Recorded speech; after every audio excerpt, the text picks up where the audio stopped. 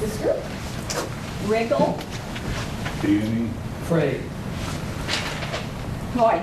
And then we've got something like the drooping peony heads wriggle to life as the ants fray the unfurled blossoms. And we're never picking me to write again.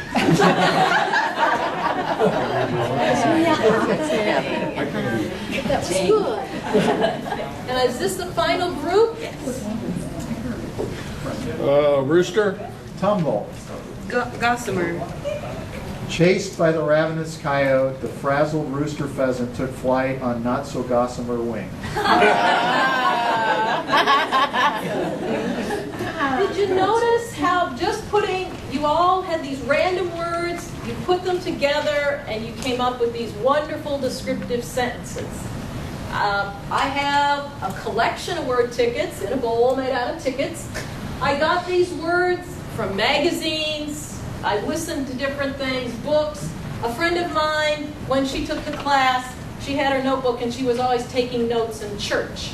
And her daughter said, "What are you doing?" She said, "You're playing that ticket game, aren't you?" And she was writing words that she heard. You can gather these words anywhere, and you see something you like, write it down because you're going to be able to use it somewhere. Really big help too at the collaborative communication is always so upped when you have group. So Yeah, I mean the product takes longer, but it's so much more refined. well, I just find it a way. It's sort of like an icebreaker thing, but it gets you. You're all you made new friends. You did something different. So I don't know. I kind of like it. And I have rolls of tickets. If you want your own tickets, I have lots of tickets. So do not be shy and ask for some. Start on your own collection. Okay, everybody get back to your seats. Back to your seats. How or where can you find words? I like to call this reading like a writer. Ralph Waldo Emerson says there is creative reading as well as creative writing. We call this a well-read book. Whenever Michael and I are reading, if we see something that catches our eye, we tag it. And we say that a writer is a reader moved to emulation. Engaged writers are willing to write more, and by writing more, you get better at it. I consider a book a writer's art gallery, so to speak. I'm visiting there. I'm looking to see how the writer is using his words, how they're putting the words together. So, like I said, the book is the writer's art gallery. Call it a well-read book, and it's our gallery. When we notice something as writers, we maybe will reread it, and it's because we read something we would like to be able to write ourselves, but also something we think is not beyond our reach or our capabilities. In other words, we say, I wish I had said that. I have a lot of I wish I had said that in my notebooks. I keep lots of notebooks because I like paper. This is one of my I wish I had said that notebooks where I'll write down different things I've read in a book and I put it on the computer and print it out. It's just full of wonderful little tidbits that it just makes me think. What are some of the things I might tab? New words. If I don't know the meaning of it, then I can look it up and use it, such as the word hegra. This is from Sand County Almanac, and it means a journey or exodus undertaken to escape from a dangerous or undisturbed situation. He uses that in March. How about new verb usage? I'm always looking for interesting verbs. Rats scrummaging and squeaking. And then just great phrases or sentences, such as, I smelled like a rained upon nervous sheep. It elicits a response. She was going to a job interview. And so what a great way to talk about how she felt. Those things get tabbed. Here's my small notebook. Here's a photo of it. Here's just the list of some of the verbs that I found that I like. and how some of the verbs have been used or in different sentences. I'll put this on the demonstration table. And again, I showed you my big book. Again, I'll put that also on the demonstration table so that you can peruse through. I've started you those so that you too can start your own little thing, because in your packet I've given you all Post-it tabs so that when you read you can mark it and then later transfer it to your working journal, or maybe you'll have a new notebook. It just depends on however you want to use it. So I've given you these Post-its. You can reuse these over and over and over again. I also have a bookmark for you from the Nature Conservancy, so just get you started on your reading way. Tabs. This brings up our first homework. On your schedule, we also talk about homework, and I think we give a list of the homework on the schedule.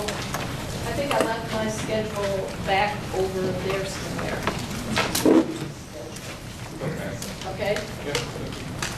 You want to get it for me so that I can tell them? Because for your homework, I want you to bring in one new, I'd like a wish I had said that, a word that you need to learn the definition of. I want you to find a new verb, adjective, and a wish I had said that phrase, and enter them in your working journal. And as Nim Fox says when I write, I hear the words I've read reverberate against the ceilings of my storehouse, echoing their way into my own writing. This brings us to verbs.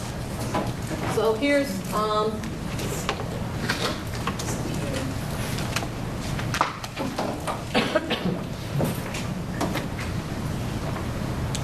verbs are the muscles of good writing, and adjectives are the fat. But have you ever noticed if you add, say, an ly to a verb and make it sort of a adverb, that also kind of makes it lazy? It just sort of takes away the meaning. For example, makes it weak, such as walk slowly. Well, you could have replaced that with saunter, meander, or stroll. How about run quickly? It's kind of weak. How about sprint, gallop, scurry, or dash? Those give you a visual image of what the person was doing. It really gives more of a definition to how they were running instead of just run quickly. We'll use our friend the prairie dog here. These little photos. I could say that the prairie dog went into his burrow. Kind of boring.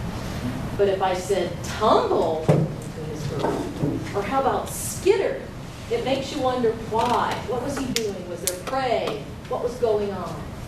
He seems to have more movement. Some verb gems that I gleaned from one of Ann Swinger's books.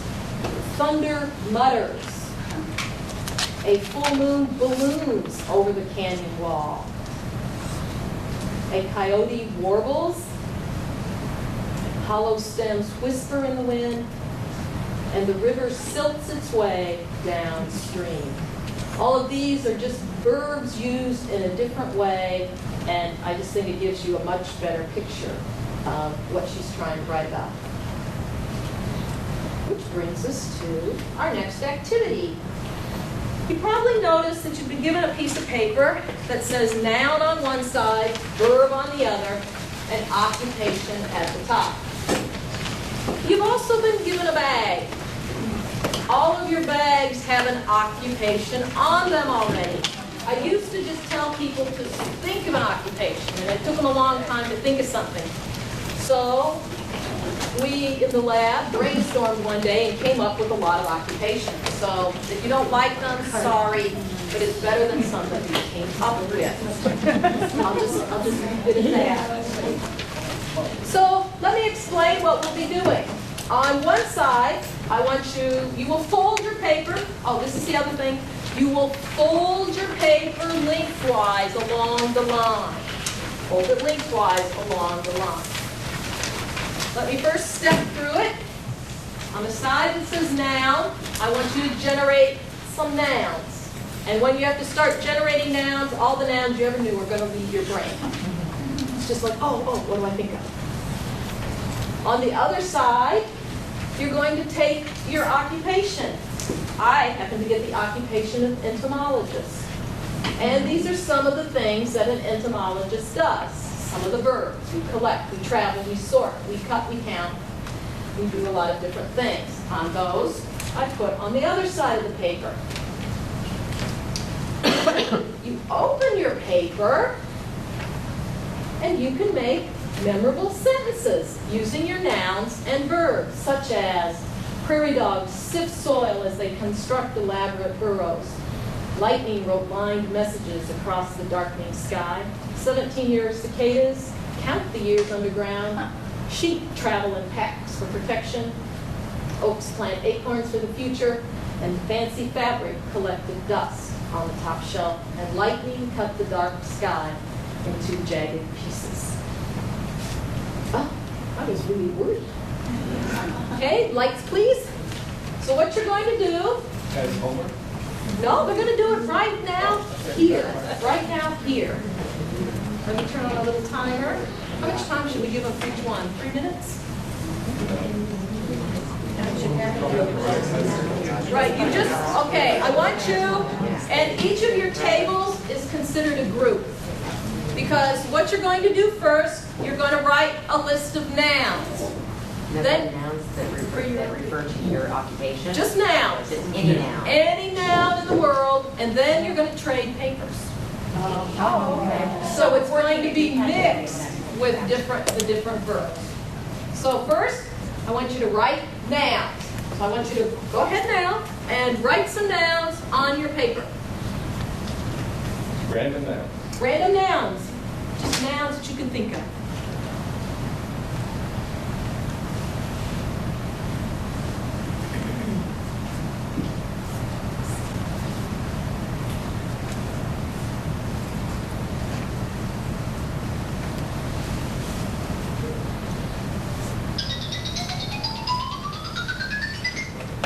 Okay, pencils down.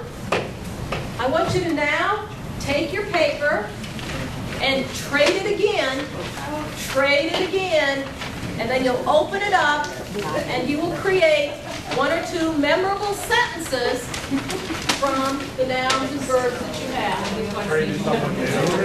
You can trade just in your table if you like. Well, those people have a table of 4. Why don't you trade, or 2, why don't you trade with them?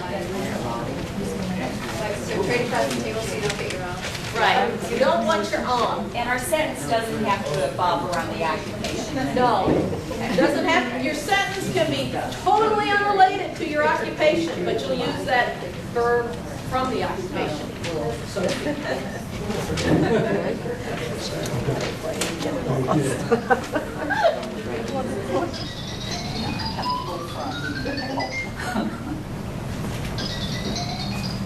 Time's up. Who would like to share?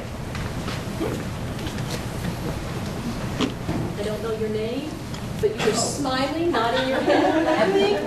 The verb is from a mortician. Okay. Nice and loud. Everybody can hear. So I said, the verb I was given for what a mortician could do. Okay. I got very nice natured nouns. So the word use the verb drain, so the river drains the swamp not very. The man stuffed the bird in the pockets to bury later. The bird retrieved the bug hidden under the rock. Those are good. Those are good. You only had 2 minutes. I went to go quickly because I don't think I did it right. The mummy collaborates with the parrot to entertain visions of worms, bullfrogs, and lice. That's good. And then chocolate worms float by the bullfrog as he captures dinner. I was getting more on track. And that's as far as I got. What was your occupation that your person had? Well, a photographer. And I just didn't know if I was supposed to put the... You were right on track. Doing a good job. Anybody else? Okay. The beer can didn't seem to be a very good place to give direction.